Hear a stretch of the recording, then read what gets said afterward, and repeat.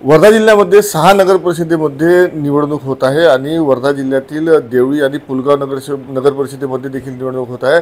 या विधानसभा मतदारसंघाचे आमदार राजेश भाऊ बकाने आपल्यासोबत आहेत। आपण त्यांच्याशी बातचीत करूया।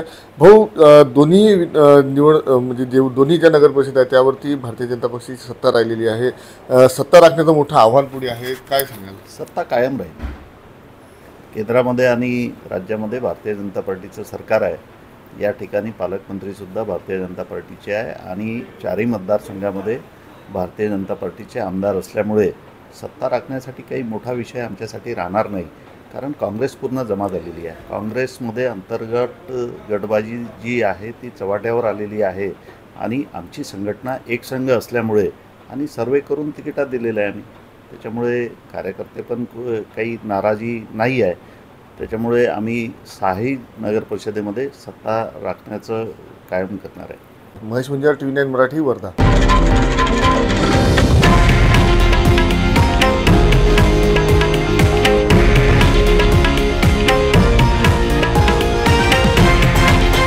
हे आहे देशातील नंबर 1 न्यूज नेटवर्क आणि आपण पाहत आहात TV9 मराठी, एकमेव।